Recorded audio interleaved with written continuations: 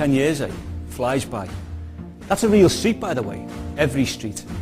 And back in 1999 we made a real promise to reduce the risk of fire to every home and every street. And here we are. The promise kept. The lowest fire injury and death figures on record. The safest our communities have ever been. No coincidence that. Just hard work and determination. The big decision behind all this effort was to put resources from fighting fires into preventing fires. It's been a 10-year journey, and one which required real commitment from everyone involved. You only have to go back to the 80s and 90s to see that working for a fire service was pretty one-dimensional. You see, when I started, I even got congratulated for being posted to a busy station. A busy station, think about it. In simple terms, it meant a community in trouble.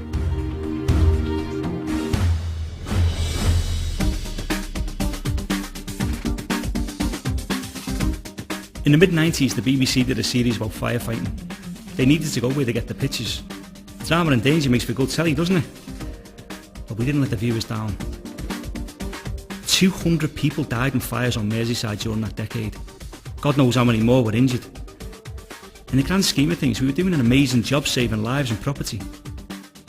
But there comes a point where you think, there's got to be a better way than this. We've spent the last 50 years putting out fires, with very little energy or time trying to prevent them. The time had come to do something radical, and that meant doing this. Going out into the communities, stepping out onto the streets, full uniform and all, and actually talking to people. Because what we realised was, unless we could get ourselves out into the streets, into every street, and start helping people to protect their homes, then nothing would change.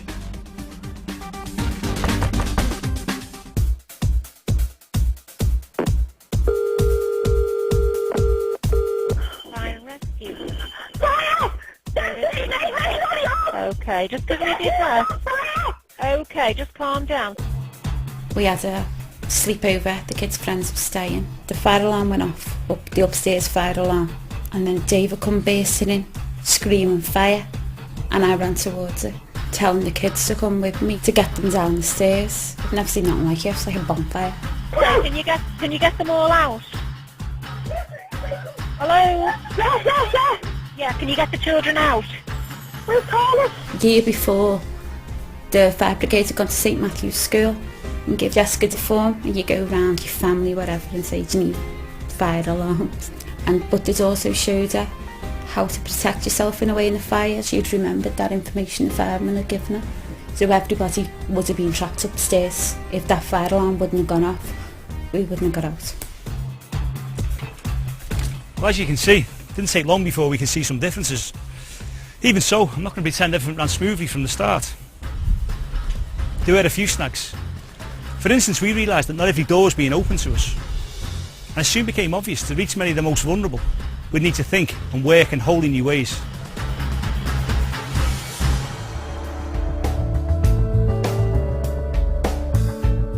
Thing is, you know the old saying, you can lead a horse to water. Even in an ordinary street like this, there's going to be some people you just can't connect with.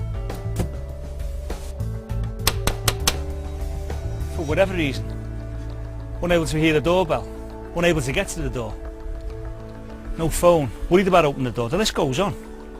But when we began to analyse the reasons why we weren't reaching some sections of our communities, we realised something crucial in this whole exercise.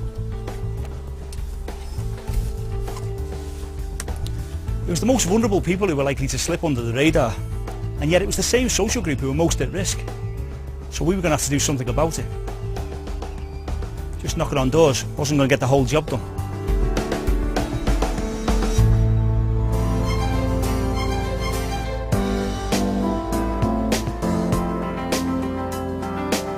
By working with other agencies to prevent fires instead of just passing the mess on to them after one, it made us open our eyes and we could see we had a lot to learn. And being honest enough to admit we didn't have the knowledge or skills yet to deal with the really vulnerable, we were bold enough to go and get the people who did.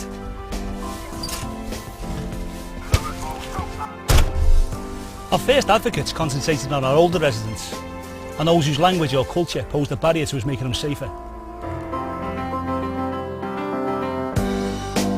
The aim was to keep older people safe from fire, make them far more aware of the risks and the safety measures that they could take.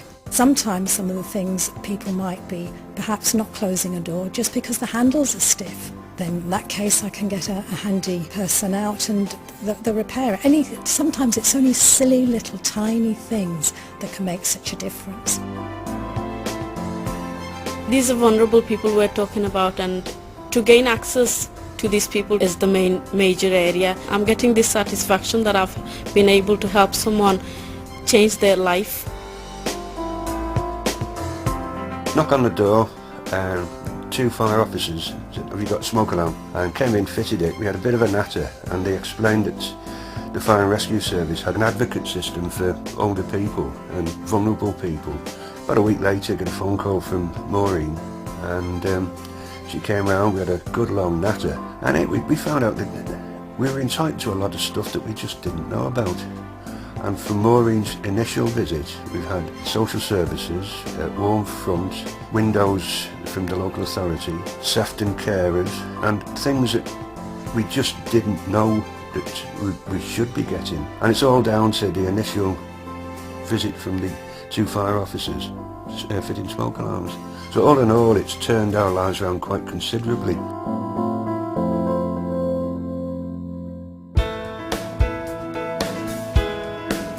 It took a while for some of us to realise the difference that advocates could make. And I suppose for a while we took for granted the role of volunteers and Fire Service Direct. There was a lot of change going on. But I guess when the first Beacon Award was achieved, we knew we were onto something.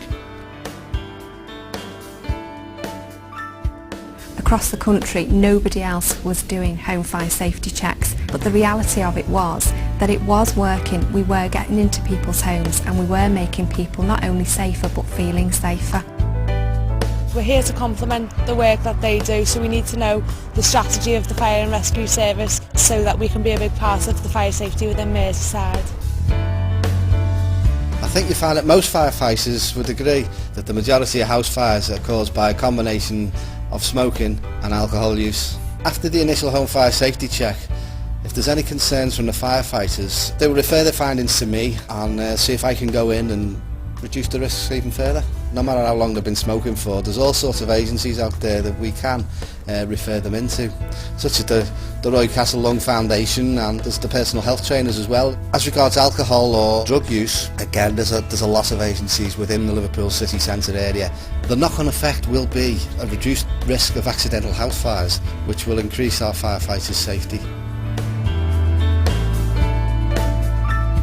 I'm working with a gentleman in St Helens at the moment who's extremely vulnerable. He was referred from the drug and alcohol advocate because of his vulnerability. We've given him things like bed and packs, bins, throws, everything really. But we just still couldn't reduce the risk. He was a victim of hate crime a little while later, so we upped it to a full suppression system.